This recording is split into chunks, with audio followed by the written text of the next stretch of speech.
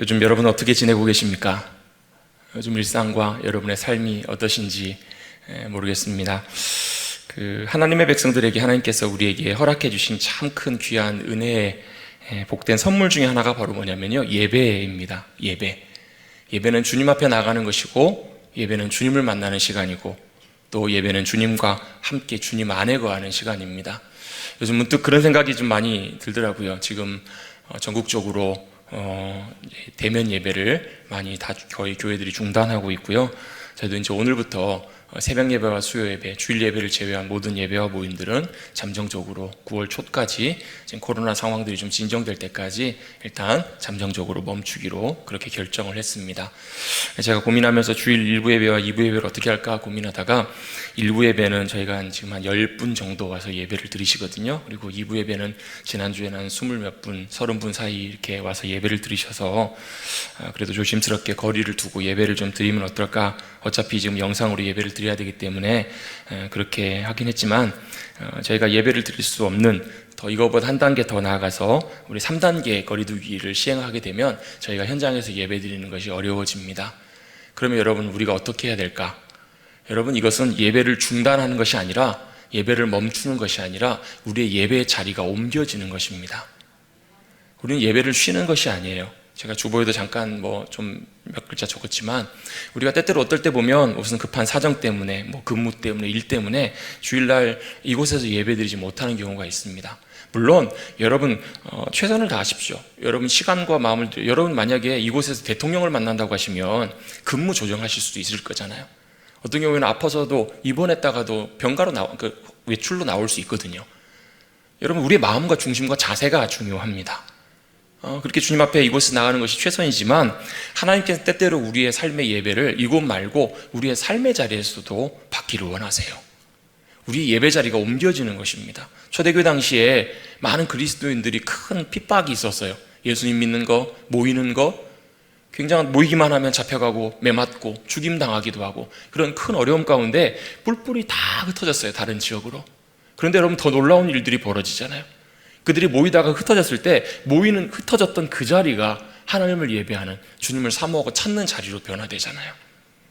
저는 이번 시간들을 보내면서 목사로서 우리 성도님들이 어느 자리에서나 어디서나 주님을 예배하는, 하늘 향해서 문을 열고 하늘 향해서 믿음의 눈을 들어서 다니엘처럼 주님을 예배할 수 있는 그런 믿음의 백성들이 되었으면 좋겠다, 그런 생각을 저는 하게 되었습니다. 그런 사람들이 함께 이 자리에 모일 때 우리의 예배는 더 귀하고 주님 기뻐하심으로 온전하게 드려지게 될 줄로 믿습니다. 또 한 가지 예배의 중요한 요소는 바로 주님의 안식 안에 들어가는 것입니다. 안식일을 기억하여 거룩하게 지키라는 말씀의 의미는 바로 주님 안으로 들어오라는 것입니다. 아까 집사님께서도 기도하셨는데요, 삶마다 여기 들어오시는 분들마다 여러분이 짊어지고 오시는 무게와 고민과 걱정과 삶의 모습들은 다 다르실 거예요. 그런데요, 주님 앞에 나갈 때는요, 다 놓고 가셔야 됩니다. 주님 앞에 손 들 때요, 주님 앞에 손을 들고 주님 앞에 나갈 때 우리의 손에 근심이나 걱정이나 염려나 우리가 바라는 것이나 그거 들고 주님 앞에 나갈 수 없어요. 주님 앞에 나갈 때는 다 놓고 나가서 주님 앞에 엎드리면 주님의 은혜의 손길이, 사랑의 손길이 저희를 덮어주십니다. 그럼 거기에 뭐가 임하냐면, 거기에 하나님이 주시는, 하늘에서만 주실 수 있는 평강과 안식과 기쁨과 새 힘이 그 가운데 부어집니다. 그것이 여러분 우리의 예배 목적이고 의미예요. 우리는 그 안으로 들어가는 거예요. 그래서 우리가 예배 승리함으로 그 주님 주시는 새로운 은혜와 역사하심으로 주님과 우리 삶의 자리에서도 늘 승리하실 수 있는 우리 모든 주님의 백성들 되시기를 다시 한번 주님의 이름으로 축복합니다. 지난 주를 지나면서 어떤 목사님들이 그런 얘기를 하시더라고요. 특별히 이제 젊은 세대에, 우리 젊은 세대들이 그런 얘기를 많이 한다는 거예요. 창피하고 부끄러워서 교회를 다닐 수가 없다고, 교회를 떠나고 싶다고. 아마 우리 기성세대, 우리 권사님, 집사님들 세대는 아마 많이 힘들어도 교회를 떠나야 되겠다 이런 생각들은 안 하신 분들, 하신 분들도 계시고 안 하신 분들도 계실 거예요. 근데 왜 젊은 세대들이 그렇게까지 얘기를 하고 반응을 할까? 그 이유는 제가 더 설명을 안 드려도 여러분 더 잘 아시리라 생각합니다.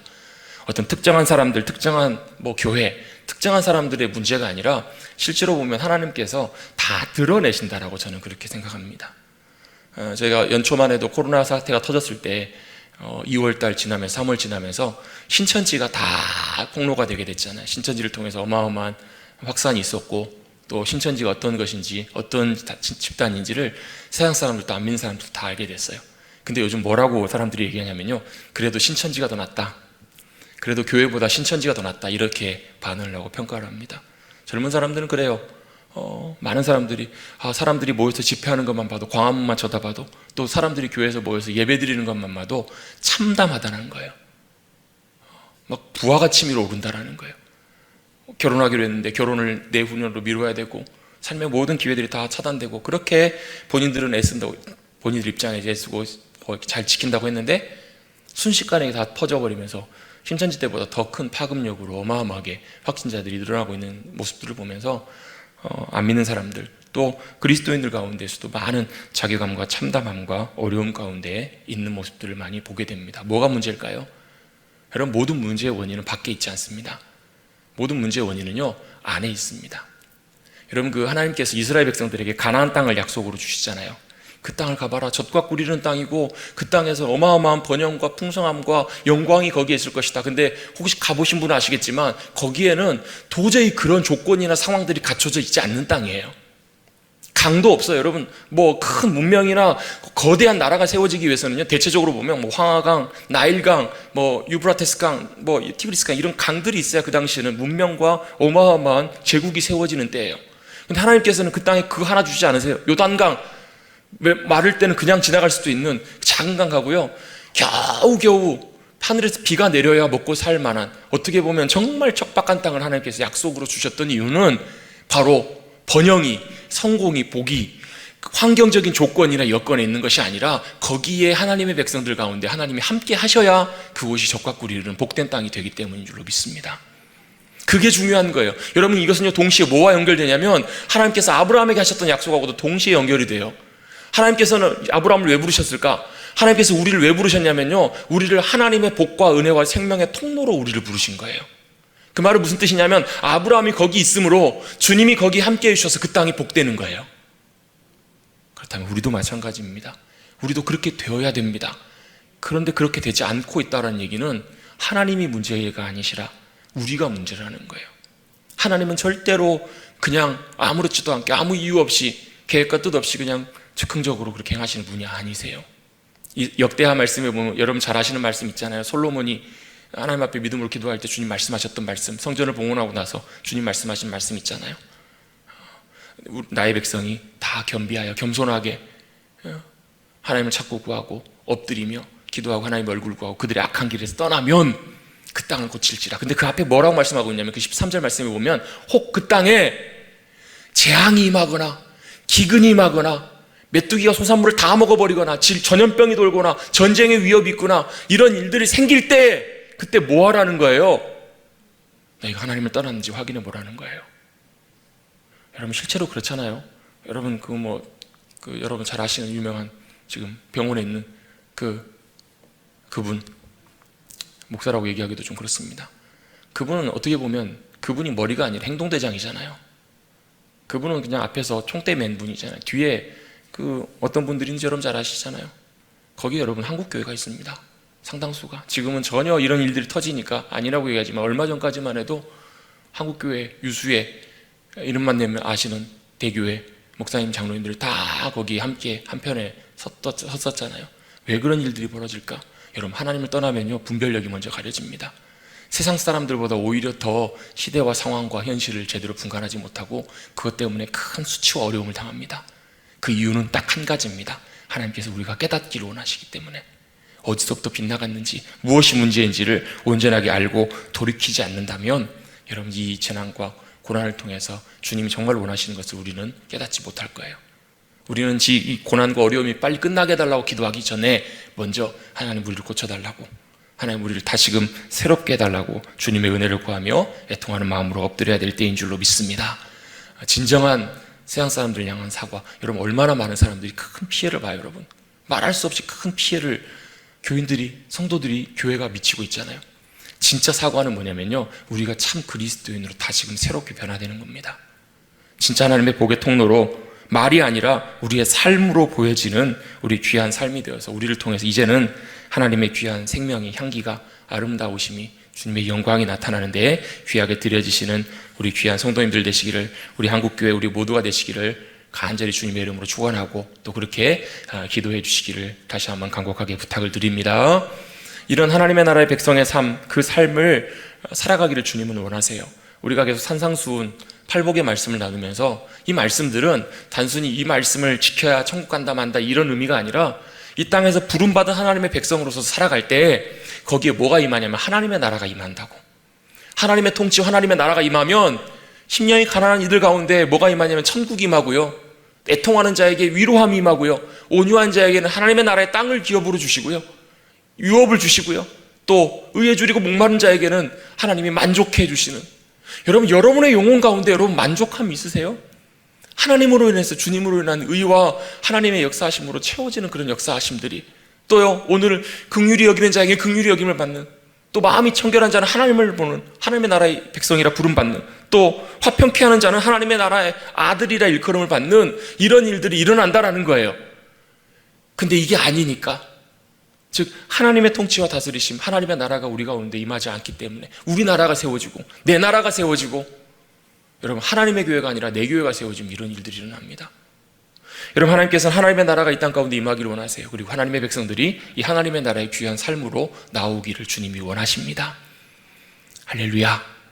여러분 하나님의 나라의 귀한 백성으로 부름받은 모습대로 잘 하나님의 은혜 가운데 세워지시기를 다시 한번 주님의 이름으로 축복합니다. 그래서 오늘은 하나님의 나라의 백성의 삶의 모습 가운데 5번째, 이제 시간으로는 6번째 시간이지만 순서대로 제가 한번 순서를 바꿨기 때문에 지난주에 5번째, 긍휼히 여기는 자는 복이 있다라는 말씀을 잠깐 함께 나누기를 원합니다.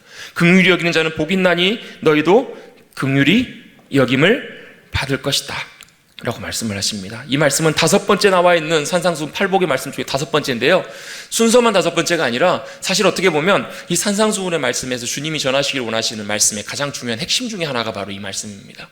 긍휼히 여기는 자가 복이 있다, 바로 이것이 굉장히 중요하고 핵심적인 말씀입니다. 긍휼, 여러분 긍휼이라는 말의 뜻이 무슨 뜻인가요? 긍휼, 긍휼히 여기다. 국어사전에는 이렇게 나와 있습니다. 불쌍하고 가엽게 여겨서 도와준다라는 의미로 사용이 됩니다. 불쌍하고 가엽게 여겨서 도와준다. 성경의 원어에 쓰였던 이 원문의 엘레오스라는 말은 히브리어의 두 단어로 설명을 할 수 있습니다. 하나는 여러분도 아마 많이 들어보신 단어일 수 있는데 헤세드라는 단어입니다. 헤세드라는 말은 인자, 자비, 사랑, 긍휼, 인자와 자비, 사랑, 이런 것들을, 사랑 자체를 의미하는, 또 선대하는 것, 이런 것들이 헤세드라면, 또 한 가지 단어는 라함이라는 단어의 의미가 섞여 있어요. 이거는 바로 뭐냐면 동정하다라는 그런 의미의 단어입니다. 동정이라는 말 여러분들 잘 아시죠? 마음을 함께 나누다, 마음을 같이 하다라는 말이에요. 이런 의미로 놓고 볼 때 이 긍휼이라는 단어는 단순히 불쌍하고 가엽게 여기는 것, 이런 차원보다도 조금 더 우리가 정리를 해보자면, 첫 번째는 긍휼 안에 뭐가 들어있냐면 사랑과 인자와 자비가 들어있는 거예요. 긍휼 안에 사랑이 있어야 합니다. 사랑이 또 들어있습니다. 또 반대로 이게 사랑으로만 그치는 것이 아니라 동정, 이 사랑과 이 자비가 나누어지는 거예요. 그러니까 이 긍휼이라는 걸 놓고 볼 때 바로 사랑과 그 다음에 이 사랑이 표현되는 방식, 사랑이 표현되는 것, 이 두 가지가 같이 이 긍휼이라는 단어와 개념 안에 포함되어 있다라고 생각을 해볼 수가 있습니다. 즉 우리가 사랑하는 마음을 가지고 마음을 나누어요. 사랑하는 마음을 가지고 살펴요. 또 자비와 긍휼을 가지고 그들을 품어요. 또 용납하고 받아들여요. 도움의 손길을 내밀어요. 실제로 돕는 행위까지가 다 긍휼 안에 다 포함된다라는 거예요. 사랑합니다 이러고 돌아서서 그들의 필요를 채우지 않는 것, 이게 아니라 사랑한다면 그 사랑을 가지고 현실적인 필요와 상황을 놓고 우리의 손과 발이 움직여지는 것, 섬기는 것까지 나아가는 것이 바로 긍휼이라고 이렇게 살펴볼 수 있다는 거예요. 근데 여러분, 이 긍휼을 우리가 생각해 볼 때 절대적으로 먼저 우선시하며 생각해 봐야 되는 것이 하나 있습니다. 바로 뭐냐면 이 긍휼은 바로 하나님의 속성이셨다라는 거예요. 하나님께로부터 원래 나온 것이라는 거예요. 그래서 긍휼히 여기는 자가 되기 위해서 가장 먼저 우리가 점검하고 확인해 봐야 되는 것이 있는데, 바로 뭐냐면 우리가 하나님의 긍휼을 입은 자인가 아닌가를 확인해 봐야 된다는 거예요. 내가 하나님의 사랑을 받은 자인 것을 분명히 알고 깨닫고 경험하는 것 없이 긍휼히 여기는 것은 그냥 내가 좋은 일 하는 거에 그친다라는 거예요. 내가 먼저 하나님의 사랑과 긍휼과 자비를 힘입은 자임을 내가 체험적으로 깨닫는 것이 굉장히 중요합니다. 여러분 성경에 보면 창세기에 큰 처음에 동산이 하나 나오며 언덕이 하나 나와요. 그 동산이 뭐냐면 에덴 동산이에요. 에덴 동산은 하나님께서 창조하신 하나님의 창조의 질서와 역사하심의 가장 완벽한 모습이 드러나는 곳이 바로 에덴 동산이에요. 그렇잖아요. 하나님의 통치와 다스리심이 있는 곳이에요. 하나님의 질서가 가장 완벽하게 이루어지고 있는, 그래서 하나님께서 이름을 뭐라고 지으셨냐면 에덴 동산, 기쁨의 동산, 기쁨의 집, 기쁨의 땅이라고 주님께서 지으셨어요. 주님이 얼마나 기뻐하시면, 눈에 보이시기 좋으시면 완벽하게 거기에는 모든 풍요로움이 다 있었어요. 부족한 것이 없었고요, 거기에는 모자란 것이 없었고, 거기에는 아픔이나 눈물이나 그런 것들 찾아볼 수 없는 곳, 바로 하나님께서 그곳에 거니시며 다니시는, 하나님이 함께 거하시는 곳이 바로 에덴 동산이었어요. 근데 여러분, 우리가 잘 아는 것처럼 우리가 인간이 죄로 인해서 에덴 동산에서 쫓겨 나오게 돼요. 여러분, 죄의 본질이 뭐냐면 하나님의 자리에 내가 가 있는 것이 죄입니다. 내가 하나님 되려고 하는 것이 죄예요. 자, 사단이, 뱀이 하와에게 와가지고 하와를 이렇게 미혹합니다. 뭐라고 미혹하냐면, 야, 동산에 있는 것 다 먹으라고 하나님께서 하시던, 하나님 다 주셨잖아요. 딱 하나만 주님이 금지하세요. 뭐냐면 선악을 알게 하는 나무. 그건 누가 하시는 거예요? 하나님만 하시는 거예요. 사단은 교묘하게 그 자리를 파고들어요. 그래서 야, 그것도 네 것이 될 수 있어. 그것도 네가 할 수 있어. 네가 하나님 자리에 가도 돼 라고 이렇게 얘기합니다. 근데 하나님께서 분명히 말씀하십니다. 야, 그거 따먹으면 죽는다? 그 말은 뭐냐면 네가 그 자리에 가면 죽는다라는 거예요. 여러분, 이건 이렇게도 생각해 볼 수 있습니다. 한 나라의 왕이 있어요. 그 나라의 왕은 그 사람이에요. 근데 이분이 왕인데 다른 사람이 왕이 되려고 하면 이거 뭐예요? 국가 전복이에요. 국가 반란이에요. 그건 어떻게 해야 돼요? 당연히 제압하고 제거해야 돼요. 여러분, 하나님의 나라에서는 하나님만 유일하게 왕이십니다. 그게 여러분 하나님의 나라의 질서예요. 그럼 뭐 하시는가? 하나님이 우리의 왕이 되셔서 우리의 모든 걸 다 책임지십니다. 그걸 고백했던 사람이 다윗이에요. 여호와는 나의 목자시니 내게 부족함이 없습니다. 그가 나를 사망의 음침한 골짜기로도 지키시고 가장 좋은 곳으로 나를 인도하십니다. 이끄십니다. 여러분, 이거 경험해 보신 분 있으세요? 네, 마스크를 다 쓰고 계셔서 아멘 크게 하실 수 없으시겠지만, 아멘이 안 되시면 고개라도 제가 답답합니다. 영상으로 보시는 분들도 고개 끄덕거리시면 주님이 보실 줄로 믿습니다. 여러분, 그거 경험해 보신 적 있으세요? 여러분, 그걸 경험하는 삶이 바로 하나님의 나라를 누리는 삶이고요, 주님을 나의 주님으로, 나의 왕으로 모시는 삶이에요. 하나님은 그 삶으로 우리를 책임지시고 인도하기를 원하세요. 왜요? 우리는 하나님 없이는 안 되는 존재로 만들어졌거든요. 결국은 내가 그 자리에 차지하면서 죄가 우리 안에 들어옵니다. 왜 여러분, 죄의 삭시 사망이에요? 제가 방금 말씀드렸던 것처럼 왕의 자리에 가려고 하니까 내가 죽는 거예요. 또요, 왜요? 죄의 결과는, 죄의 대가는 주님 말씀하셨거든요. 야, 그거 따먹으면 정녕 죽으리라. 그게 주님의 법이거든요. 결국은 그들이 죄 때문에 죽을 수밖에 없게 된 거예요. 그리고 죽었어요. 수천 년 지나면서 수많은 사람들이 다 죽임을 당하였는데 주님이 그걸 너무 가슴 아파하시고 마음 아파하시면서 우리를 사랑하셔서 포기하실 수 없으셔서 그 죽음 가운데 우리를 건지시기 위해서 우리에게 또 하나의 언덕을 우리에게 위해서 예비하십니다. 또 하나의 동산을 만드세요. 그 동산이 바로 뭐냐면 찬송가에 보면 그런 고백이죠. 저 멀리 푸른 언덕에. 그 언덕이 무슨 언덕이에요? 골고다 언덕이에요. 갈보리 언덕이에요. 주님은 또 하나의 언덕을 예비하십니다. 그리고 거기에는요, 에덴 동산과 정반대처럼 보이는 처참한 죽음과 피비린내 나는, 피가 철철 흘러넘치는 십자가의 저주의 형틀이 거기에 매달립니다. 거기에 누가 매달리시냐면 하나님의 아들 예수 그리스도가 거기에 매달리시죠. 이유는 딱 한 가지. 우리의 죄, 우리의 죽음, 죄로 인한 죽음의 대가를 주님이 대신 감당하시려고. 하나님 사랑하시며, 우리 사랑하시면 그냥 용서해 주시면 되잖아요. 그럼 되는 거 아닌가요? 하나님 우리 사랑하시면 그냥 용서해 주시면 되잖아요. 근데요, 이 갈보리 십자가에서 분명하게 드러나는 두 가지 사실은, 하나님은 사랑이시면서 또한 하나님은 공의 하나님이시라는 거예요. 그냥 용서해 주시면 될 거를, 우리 생각하면 그럴 걸, 하나님은 하나님의 법을 깨뜨리실 수가 없으셨던 거예요. 왜요? 죄의 짐은 죽는다라는 거예요. 그래서 그 대가를 누구에게 지우게 하시냐면 본인 직접 아들 예수 그리스도를 통해서 인간의 모습으로 이 땅에 보내셔서 자신이 거기서 죽으심으로 우리를 위해서 뭘 보여주시냐면 하나님의 사랑을 확증해 보여주세요. 여러분, 로마서 5장 8절 말씀 한번 같이 찾아볼까요? 로마서 5장 8절 말씀입니다. 245면에 있습니다.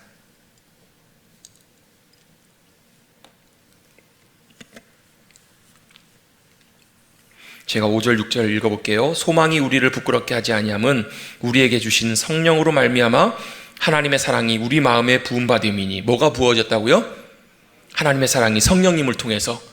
성령님은 보이시지 않지만 우리 안에 역사하실 때 뭘 알게 하시냐면 하나님의 사랑을 알게 하세요. 그 사랑이 어떤 사랑인가? 우리가 아직 연약할 때 기약대로 그리스도께서 경건하지 않은 자를 위하여 죽으셨도다. 의인을 위하여 죽는 자가 쉽지 않고 선인을 위하여 용감히 죽는 자가 혹 있거니와. 8절 같이 한번 읽어봅니다. 우리가 아직 그리스도께서 우리를 위하여 죽으심으로 하나님께서 우리에 대한 자기의 사랑을 확증하셨느니라. 아멘. 뭐 하셨다고요? 확증하셨다라는 거예요. 확실한 증거로 보여주셨다는 거예요. 뭐가요? 예수님의 죽으심이, 골고다에 세워졌던 예수님의 십자가의 죽으심이 바로 뭘 나타내는 거냐면, 주님 왜 그렇게 처참하게 죽으셔야만 했냐면 하나님의 사랑이 어떤 것인지를 우리에게 분명하게 보여주시기 위한 증거로 주님이 죽으셨다라고 성경은 우리에게 말씀하십니다. 할렐루야. 이게 바로 하나님의 사랑의 증거라는 거예요. 하나님 사랑을 어떻게 하는가? 어떻게 하냐면요, 죽기까지 사랑하셨다라는 거예요. 죽음까지 내놓으시면 사랑하셨다라는 거예요. 여러분, 누군가를 사랑할 때요, 해줄 수 있는 최고의, 가장 최선의 사랑의 증표가 뭐예요? 자기 생명까지 내놓는 거예요. 그 사람이 죽어갈 때 대신 자기를 위해, 자기가 그 사람을 위해 죽어줄 수 있다면 더 이상 줄 수 있는 게 뭐가 있겠어요? 돈이요? 명예요? 많은 거요? 다 줄 수 있지만 자기가 줄 수 있는 가장 최후의, 가장 모든 것은 바로 뭐냐면 생명이잖아요.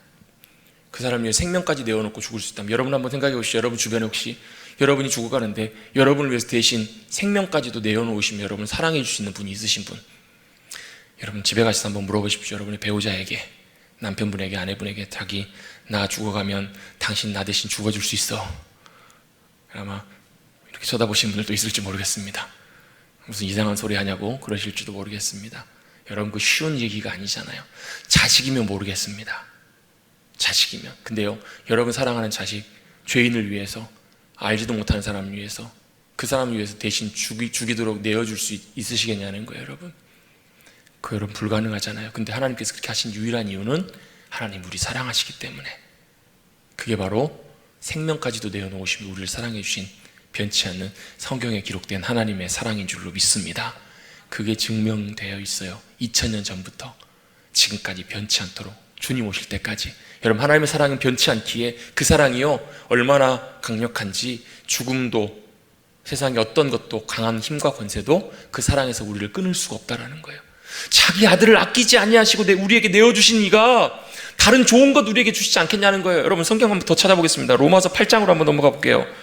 로마서 8장 31절 32절입니다. 그런즉 이 일에 대하여 우리가 무슨 말하리요? 만일 하나님이 우리를 위하시면 누가 우리를 대적하리요? 자기 아들을 아끼지 아니하시고 우리 모든 사람을 위해 내어주시니가 어찌 그 아들과 함께 모든 것을 우리에게 주시지 아니하겠느냐? 여러분, 하나님께 기도하고 구하는데 안 주신다고 여러분 마음 상해하지 마십시오. 여러분, 하나님은 아들까지 내어주셨다면 여러분에게 가장 귀하고 좋은 것들로 주실 수 있는 분이신 줄로 여러분 믿으시길 바랍니다. 여러분, 아들까지 내어놓으신다는 얘기, 다 주셨다는 얘기예요. 자신의 생명보다도 소중한 아들까지 내어주시면서 다 주셨잖아요. 그 사랑 가운데 있는 이들을 누가 끊겠냐는 거예요. 누가 그리스도의 사랑에서 우리를 끊으리요? 환난이나 곤고나 박해나 기근이나 적신이나 위험이나 칼이냐. 여러분, 그 하나님의 사랑을 진짜 아는 사람들은요, 어떠한 환난이 있어도, 어떠한 박해와 어떠한 모멸감과 어떠한 이런 현실적인 상황들에 놓인다고 할지라도 그것들이 여러분 하나님의 우리를 향한 사랑에서 우리를 끊을 수가 없다라는 거예요. 그럼 제가 어제 보내드린 문자에 그런 문구를 제가 좀 적었습니다. 팀 켈러라고 하는 분이 책에 썼던 내용들이에요. 고난으로 하나님과 멀어지거나 고난으로 하나님께 나아오거나. 여러분, 이런 고난이 있을 때 여러분, 우리가 진짜 하나님의 사랑을 경험하고 하나님의 사랑을 신실하게 신뢰하는 사람들은요, 여러분 오히려 멀어지는 것이 아니라 더 그럴 때일수록 하나님의 사랑과 은혜 가운데 나오게 돼요. 할렐루야. 그런 하나님의 사랑을 더 귀하게 경험하고 깨달으시는 우리 모두가 되시기를 간절히 바랍니다. 그 사랑을 우리를 사랑해 주셨어요. 그리고 그 사랑으로 우리를 용납해 주십니다. 여러분, 용납이란 말 무슨 말인지 아시죠? 용서하고 받아들여 주신 거예요. 여러분, 십자가의 놀라운 사랑의 역사는 우리를 받아들여 주셨다라는 거예요. 여러분, 우리는 받아들여진 존재입니다. 예. 여러분, 이건 여러분 웃고 넘어갈 일이 아니에요. 여러분, 하나님께서 우리를 받아들여 주셨다는 것, 여러분, 이건 정말로 놀라운 일이에요. 주님께 전혀 받아들여 줄 수 없는, 용납될 수 없는 죄인인데, 도저히 주님 수준으로 주님 앞에 나갈 수 없는 죄인인데, 주님이 조건 없이 사랑하셔서 우리를 그냥 받아들여 주셨다는 거예요. 때때로 자식들이 잘못할 때가 있어요. 큰 잘못할 때도 있어요. 근데요, 결국에 부모는 자식을 어떻게 해요? 용서합니다. 자식을 받아들입니다. 아이들이 아무리 속을 썩여도, 아무리 큰 사고를 쳐도 결국 마지막엔 누가 있어요? 부모가 있어요. 어머니가 있어요. 아버지가 있어요. 그 이유는 뭐예요? 사랑하기 때문에. 사랑하기 때문에 끝까지 용납하고 받아들여 주는 거예요. 여러분, 하나님께서 우리를 사랑하시기 때문에 우리를 용납해 주십니다. 도저히 받아들일 수 없는, 하나님 앞에 나갈 수 없는, 정말로 부끄럽고 정말 답이 없는 죄인이에요. 저도 때때로 목사지만 주님 앞에 나갈 때마다, 기도할 때마다, 때때로 어떨 때는 예배 인도하러 올라갈 때마다 가끔가다 이게 깨달아질 때가 있어요. 도저히 주님 앞에 못 나가겠어요. 도저히 주님 앞에 못 서겠어요. 하나님, 도저히 안 되겠어요. 하나님, 도저히 저는 안 돼요. 주님, 이렇게 고백할 때마다, 이런 모습이 깨달아질 때마다 주님께서 다시금 이 자리로 돌아오게 하십니다. 바로 뭐냐면, 그러할지라도 주님이 우리를 용납해 주셨다라는 거예요. 죽으시면서까지. 그래서 여러분, 우리는 주님이 용납해 주신, 용납받은 귀한 존재임을 믿으시길 바랍니다. 내가 볼 땐 도저히 하나님 수준에 안 돼도 주님이 그렇게 말씀하시고 주님이 그렇게 확증하셨다라는 거예요. 철저한 죄인임에도 불구하고 우리를 받아들여 주시는 것, 그게 바로 뭐냐면 하나님의 사랑이고, 그게 바로 조건 없는 하나님의 은혜이며, 그게 바로 하나님이 우리에게 베풀어 주신 긍휼이라는 거예요. 그래서 여러분, 우리는 하나님의 긍휼을 입은 자입니다. 그걸 여러분, 우리가 우리 영혼으로 진짜 깨닫지 못하면 절대로 여러분, 우리는 긍휼히 여기는 삶을 살아갈 수가 없어요. 내 선으로는 할 수 있을지 몰라요. 내 의지로 기부하고 자선을 행하고 이런 건 가능할지 몰라요. 그런데 성경이 말씀하고 있는 하나님의 긍휼하심으로 긍휼히 여기는 것은 불가능해요. 그래서 여러분, 우리가 이 긍휼히 여기는 삶을 살아가기 위해서 우리가 마음으로 결단하고 내가 주님의 긍휼하심을 입은 자임을 믿음으로 고백하고 믿음으로 설 때 부딪히는 첫 번째 우리가 넘어야 되는, 우리가 부딪히는 가장 현실적인 문제가 바로 뭐냐면 용서하고 용납하는 문제예요.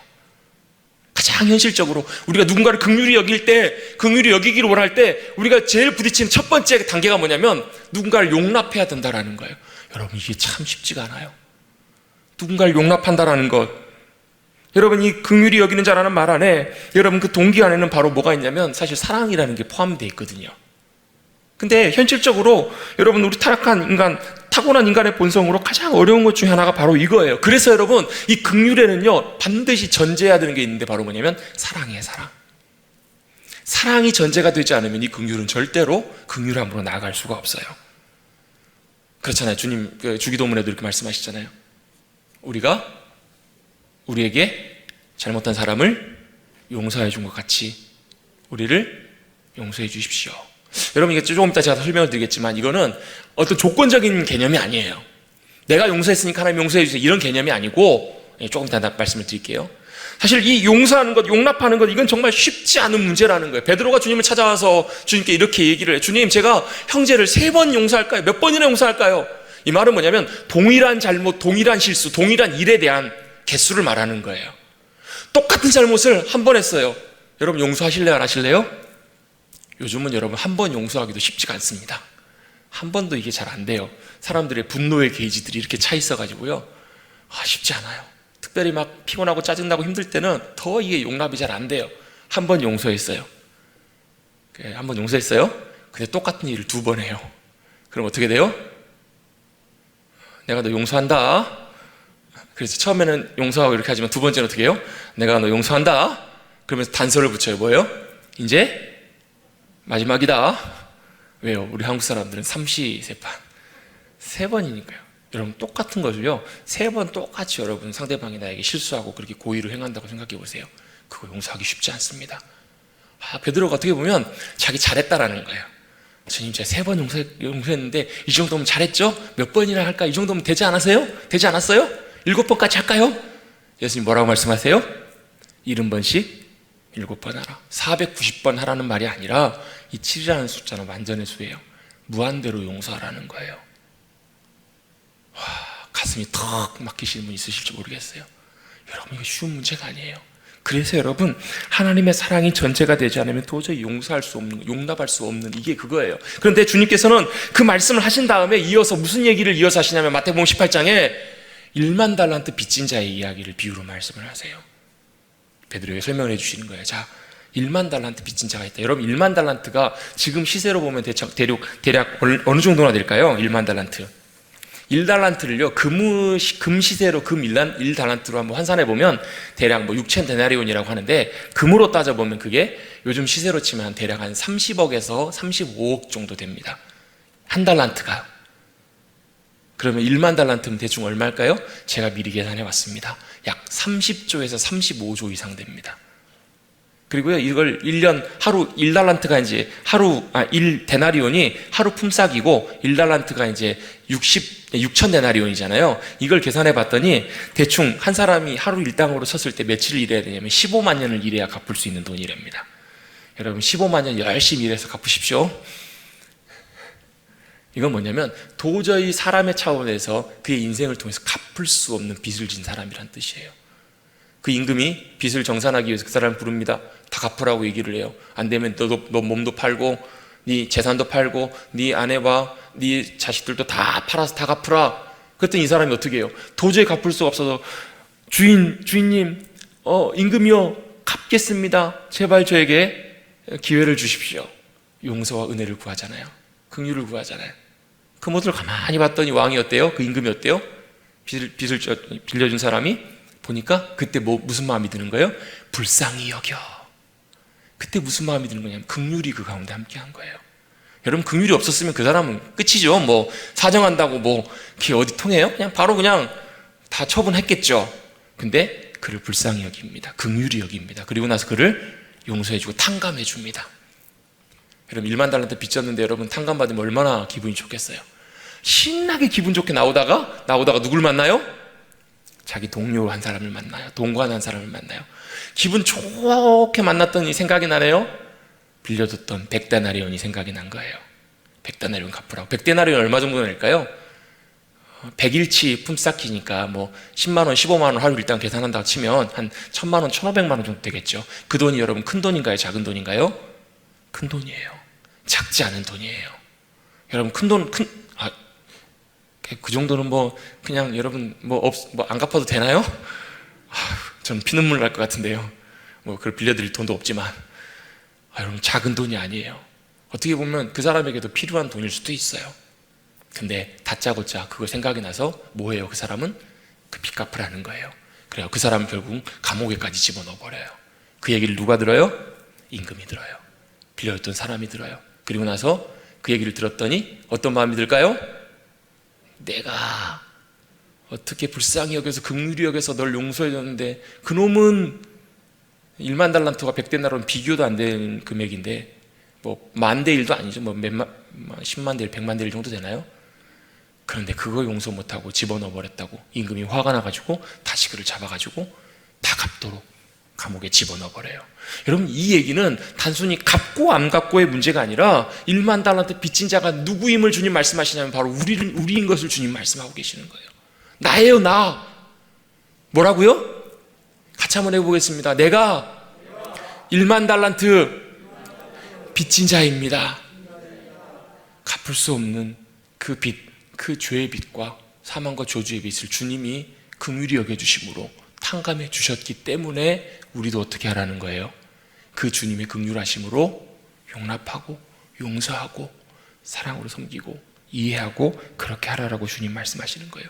불쌍히 여김같이, 내가 너를 불쌍히 여김같이 너도 불쌍히 여기는 것이 당연하지 않느냐라고 주님은 말씀하고 계시는 거예요. 여러분, 이거 쉽지 않는 일입니다. 여러분 용서하고 용납하는 것, 여러분 멀리 보지 마시고요. 차라리 여러분 아프리카 가서 어려운 사람들 도와주는 것이 여러분 가장 가까이서 지내는 사람들 용납하고 받아들이는 것보다 훨씬 더 쉽게 여겨질 수도 있어요. 여러분 멀리 가지 말고, 여러분 우리 가족, 여러분 멀리 가지 말고 우리 공동체, 우리 만남, 우리 관계 가운데서도 여러분 받아들이지 못하고 용납하지 못하는 것들도 얼마나 많은지 몰라요. 제가 맨날 듣는 소리입니다. 15년 동안 같이 사는 분에게 왜 그것도 용납 못 해주냐고. 안 돼요. 정말 쉽지 않아요. 여러분, 그러나 우리가 기억해야 될 것이 하나 있습니다. 바로 뭐냐면 우리가 받아들여진 존재라는 거예요.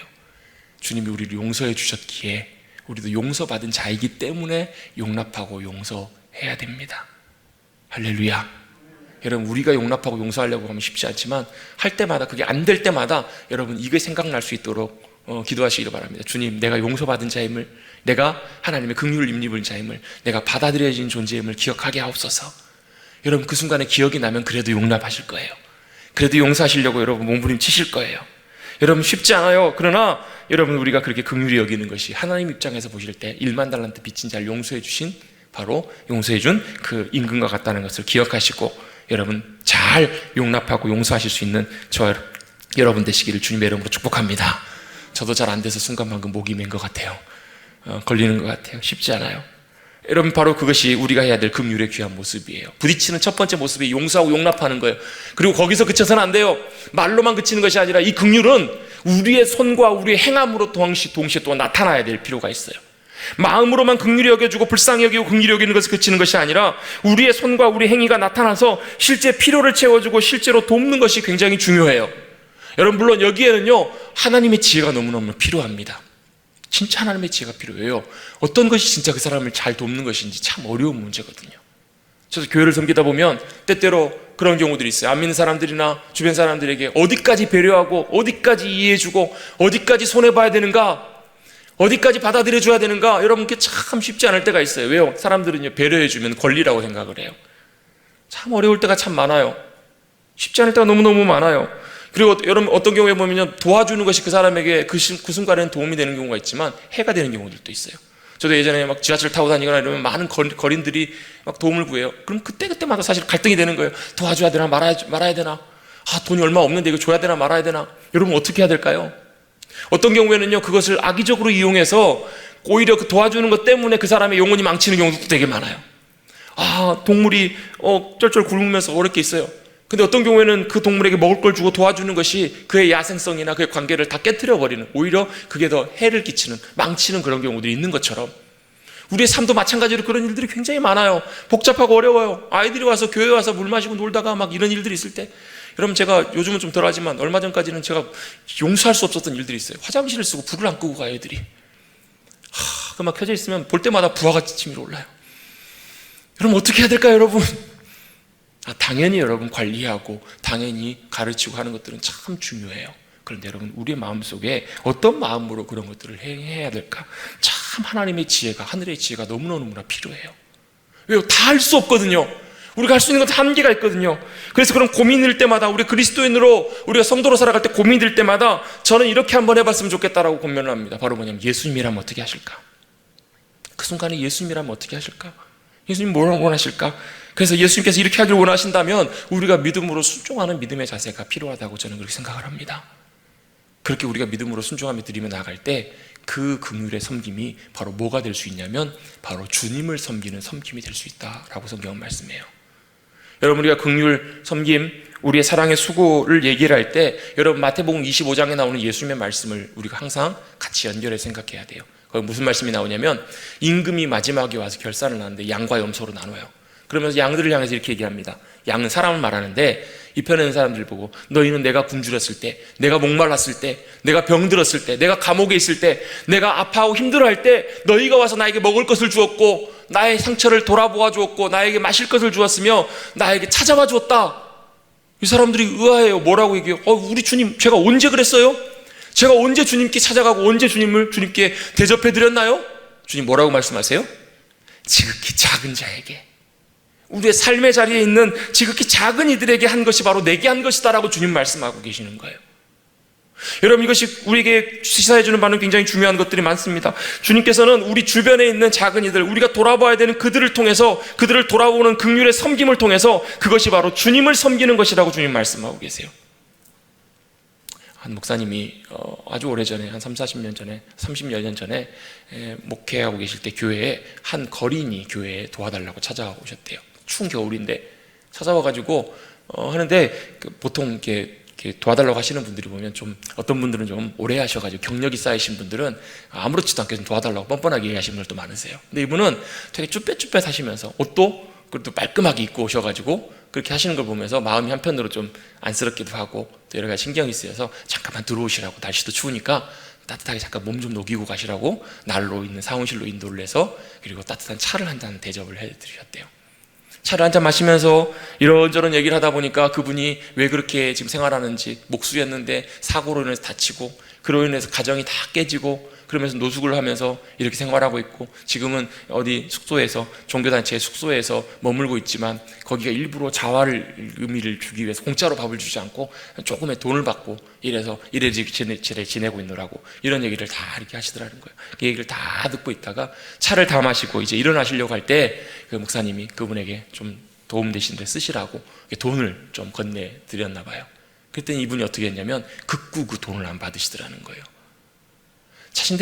목사님도 많은 거린들이나 도움 원하는 분들 많이 만나봤지만 돈을 줬는데 안 받는 분은 별로 본 적이 없으셨던 거예요. 근데 극구 사양하면서 하는 얘기가 뭐냐면, 그분이 하시는 얘기가, 저는 목사님 많이는 아니지만 여기저기서 돈은 많이 받아봤지만 저는 차 한 잔 대접 받아본 거는 처음입니다, 이렇게 얘기를 하는 거예요. 그러면서 목사님 차 한 잔 대접 받는 것이 돈보다 더 좋네요, 이런 얘기를 하시면서 극구 돈을 받지 않고 가시더라는 거예요. 그러면서 목사님 마음속에 작은 자 한 사람에게 냉수 한 그릇, 작은 것이지만 섬겼던 그 마음으로 섬겼던 그거 하나가 그분에게 얼마나 큰 위로가 되고 그분에게 얼마나 큰 도움이 되었는지, 돈보다도 마음이 담긴 사랑의 섬김이, 진정한 마음이 담겼던 그 섬김과 긍휼의 행함이 얼마나 의미가 있는지를 그 목사님이 깨달으셨다는 거예요. 죄송합니다, 제 얘기를 해서 죄송합니다. 저도 어릴 적에 저희 집에 자주 찾아오시던 한 분이 있었습니다. 저는 그분을 거지 할아버지라고 불렀습니다. 지금 따지고 보면 한 40 후반이나 50 초중반쯤 되셨을까요? 근데 워낙 이제 노숙을 하시고 하시다 보니까 행색이 그래 보여서 할아버지라고 더 불렀던 것 같은데요. 저는 그분을 너무너무 싫어했어요. 냄새나고. 어머니가 꼭 일주일에 한두 번 오면 그분을 위해서 밥을 이렇게 국에다 말아가지고 꼭 한 그릇씩 주셨거든요. 그러면 저는 그 그릇 갖다 빨리 버리라고. 너무너무 사실 그때는 싫었었어요. 근데 이렇게 꾸준히 계속 오시고, 한 번은 또 저희 아버지를 따라서 같이 그분 계시는 곳에 갔더니 딱 진짜 다리 밑에 박스 딱 쳐놓고 거기 계시더라고요. 거기 가서 한번 뵙기도 하고 어떻게 지내는지 보기도 하고. 근데 그렇게 오셨던 분이 언젠가부터 그분이 나타나질 않는 거예요. 한참의 시간이 지나니까 저희 아버지도 걱정이 되셨는지 여기저기 수소문하면서 그분이 어떻게 되셨는지, 어디 계시는지, 어디 가셨나 막 찾으셨는데 결국은 못 찾았어요. 한참의 시간이 지난 후에 그분 소식을 듣게 됐는데, 나중에 그분이 몸이 안 좋아져서 시설로 이제 이송이 돼가지고 시설에 있다가 거기서 이제 돌아가신 거예요. 거기 세상을 떠난 거예요. 근데 그분이 세상을 떠나면서 거기 있는 분에게 그런 얘기를 하셨다는 거예요. 내가 죽으면 꼭 그 목사님을 찾아서 그 목사님에게 장례를 좀 부탁하고 싶다고, 그런 얘기를 하면서 세상을 떠났다는 거예요. 이미 시간이 오래 지난 이후라 다 그걸 할 수는 없었지만 전 아직도 그때 그 말, 그때 그 모습, 그게 뇌리에 여전히 그대로 기억이 남아있어요. 저는 그렇게 못할 것 같아요. 저는 그렇게 못 섬길 것 같아요. 참 쉽지 않아요. 정말로. 그런데 우리가 그렇게 행할 때, 그렇게 섬길 때 그 긍휼의 섬김이 바로 누구에게 하는 것이라고 주님 말씀하시냐면, 그게 바로 사람이 아니라 우리를 찾아오신 주님을 향한 섬김이고 주님을 향한 긍휼이라고 주님 말씀하고 계세요. 여러분, 지금도 우리의 긍휼이 필요한 이들이 우리 주변에 반드시 있어요. 그리고 그들을 향해서 우리의 긍휼에 손을 내미는 것, 긍휼과 사랑의 섬김의 손길을 내미는 것은 단순히 그 사람을 향한 것이 아니라 우리 가운데 오신 주님, 그분을 향한 사랑의 섬김이라고, 그분의 필요를 채워주는 것이라고 주님 우리에게 말씀하고 계세요. 여러분, 긍휼의 마음, 우리가 하나님의 긍휼을 힘입은 자라면 용서하고 용납할 뿐만 아니라 이 사랑의 손길을 내밀어서 긍휼의 행함으로 주님을 섬기고 주님께 우리의 사랑을 드릴 수 있는 귀한 주님의 백성들 되시기를 간절히 주님의 이름으로 축원합니다. 참 쉽지 않아요.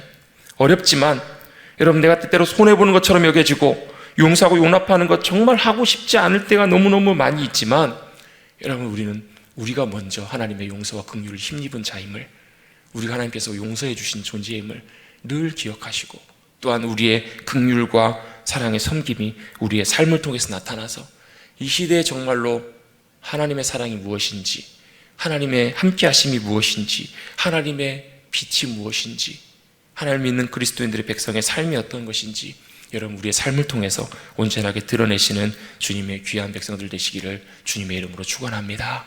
우리가 긍휼의 손길을 내밀 때 주님이 참 기뻐하세요. 그리고 그것이 또 우리의 기쁨이 될 줄로 믿습니다. 이기려고 하는 것보다 먼저 긍휼히 여기고 섬김을 통해서 하나님의 영광과 하나님의 사랑이 우리를 통해서 흘러갈 수 있도록 주님 앞에 온전하게 드리시는 저와 여러분의 복된 삶이 되시기를 다시 한번 주님의 이름으로 축복합니다. 기도하겠습니다. 하나님 아버지 감사합니다. 오늘도 주님 앞에 여러 가지 형편과 처지대로 예배 자리로 나오게 하여 주시고 우리의 마음을 드리며 우리의 믿음의 눈을 들어 주님 바라볼 수 있도록 인도하여 주셔서 감사를 드립니다. 특별히 오늘 팔복의 말씀 그 중에서 긍휼히 여기는 자는 복이 있나니 저희가 긍휼히 여김을 받을 것이라, 우리가 하나님의 긍휼하심으로 순종하며 나갈 때 하나님의 긍휼이 우리 가운데 나타나게 됨을 다시 한번 기억하며 주님이 기뻐하시는 귀한 존재, 귀한 삶으로 드려지며 나가는 우리 모두가 될 수 있도록 축복하여 주시옵소서. 그래서 이 시대 가운데 믿는 그리스도인을 통해서 많은 세상의 걱정과 근심과 염려와 괴로움을 주는 것이 아니라 진정한 하나님의 사랑이, 진정한 하나님의 은혜와 생명이, 역사하심이 나타나는 데 귀하게 쓰임받는, 흘려보내는 우리 모두가 될 수 있도록 함께하여 주시옵소서. 감사드리며 이 모든 말씀 거룩하신 예수의 이름으로 간절히 기도하옵나이다. 아멘.